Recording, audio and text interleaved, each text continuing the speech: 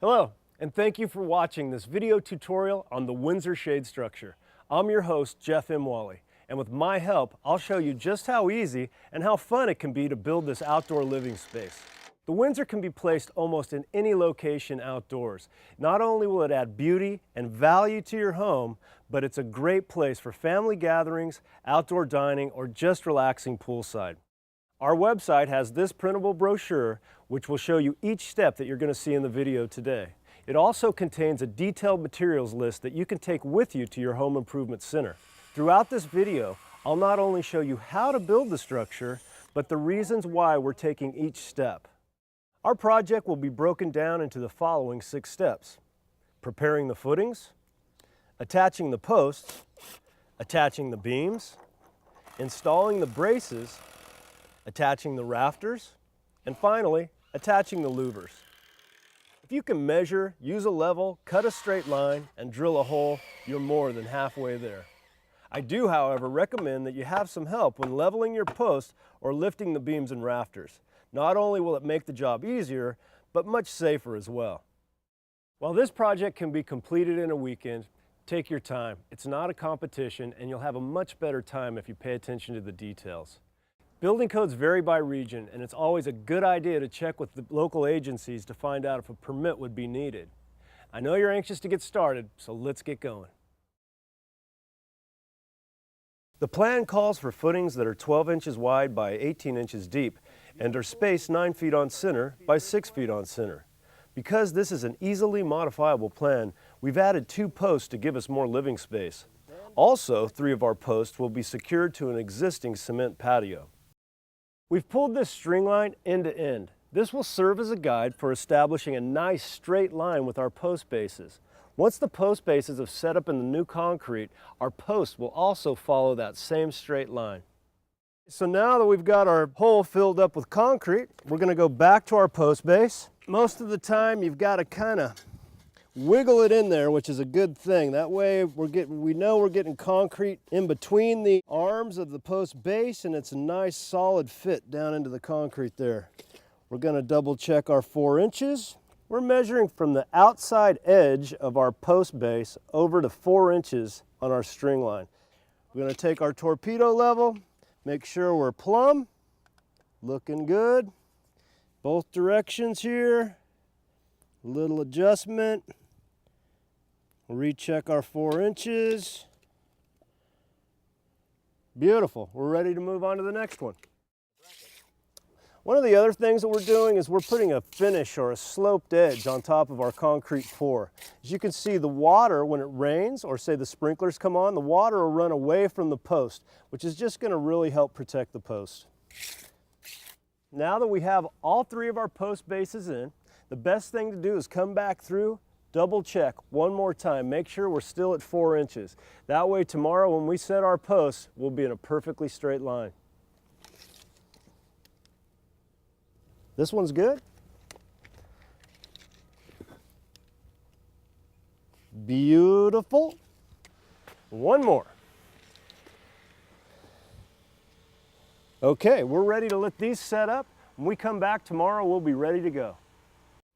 On this particular job, we're going to be coming in a little bit closer to the pool. That's going to require us to use a different type of post base, which will require us to drill directly into the existing concrete slab. Using a masonry bit and painter's tape as a depth guide, drill the holes for your bolts. You don't want to go too deep and hit the soil, as this could later cause your bolts to rust. Next, the bolts are secured with an epoxy, and the brackets will be held in place with a washer and nut.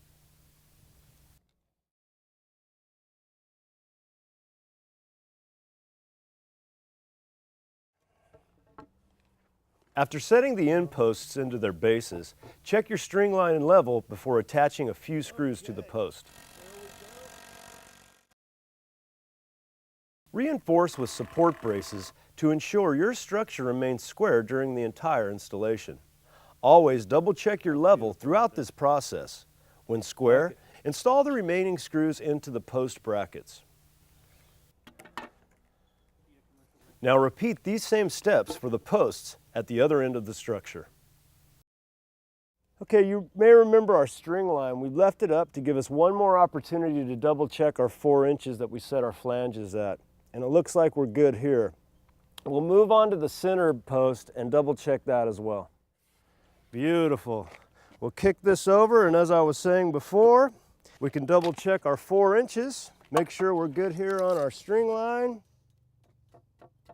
And we are going to be beautiful right there, kids. So let's go ahead and get some screws in this. Next, we attach the post at each end of the structure on the patio side. Again, leaving the center post for last. A string line serves as a guide as we tap the middle post into place before securing. With all of our posts securely fastened to the brackets, we turn our attention to the cross support by temporarily tacking the 2x4s onto our posts.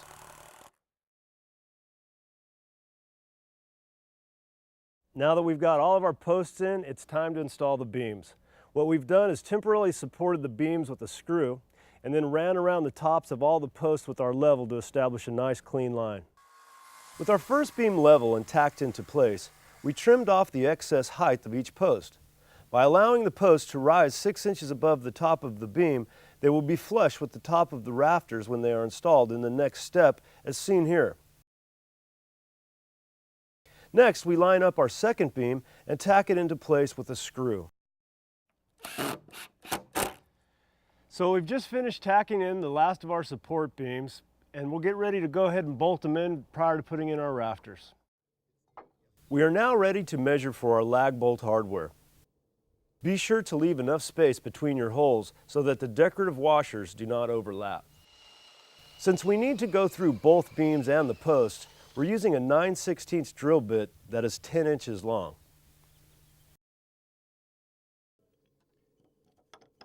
Next, attach the through bolts and hardware as you see me doing here. Finally, secure the bolts into place with a wrench. Well, we've got all the beams bolted in and we're ready to get started on the rafters. Redwood comes in many varieties. For outdoor projects like this, we recommend Con Common, Con Heart, or B-grade redwood. All will weather beautifully and provide long-term durability. For this particular project, the homeowner has requested B-grade. It's a higher grade product and it's going to finish out really beautifully. So what we want to do first, we're going to get our 2 end rafters installed. We're going to run a string line from end to end off the nosing of each rafter. That's going to allow us to butt each rafter tail flush to the end of this string, which is going to give us a perfectly straight line. Now there are a lot of options you can do for these rafter tails. When you get your load of lumber, typically it's going to come out square like this with no detail at all. That is an option. What we decided to do though is we went with a 60-degree angle and nubbed off the nose. Gives it a nice detail. We used this same detail on our beams and all of our rafters, and it's going to give it a really nice finished look. After marking the location for each rafter, attach the rafters to the beams. We have decided to use screws for a more secure and long-lasting fit. You can space your rafters closer together or farther apart, depending on how much shade you require. It's that easy, and thanks to our string line, all of our rafters are lined up perfectly straight.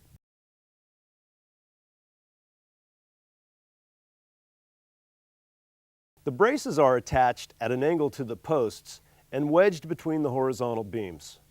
After tacking them into place on the post, measure and mark the hole location on the beams where you will install the through bolts.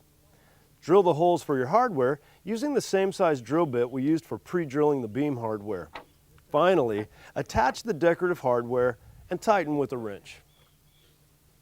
The braces are not only decorative, but serve to provide additional support to the structure.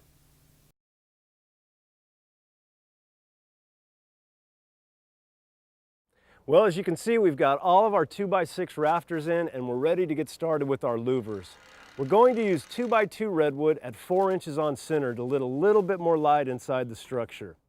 We've also pulled our string line from end to end. That way all of our louvers will butt the string and be nice and straight, just as we did on our rafters. We've created this jig out of scrap wood to automatically space the louvers at 4 inches on center. This is a great contractor's tip for increasing efficiency and accuracy. Well, here it is. And as promised, we were able to construct the Windsor shade structure in just 2 days. The homeowners have decided to allow the redwood to weather to its natural beauty, which is a very low maintenance option. I'm sure the family will have many years of enjoyment in their new outdoor living space.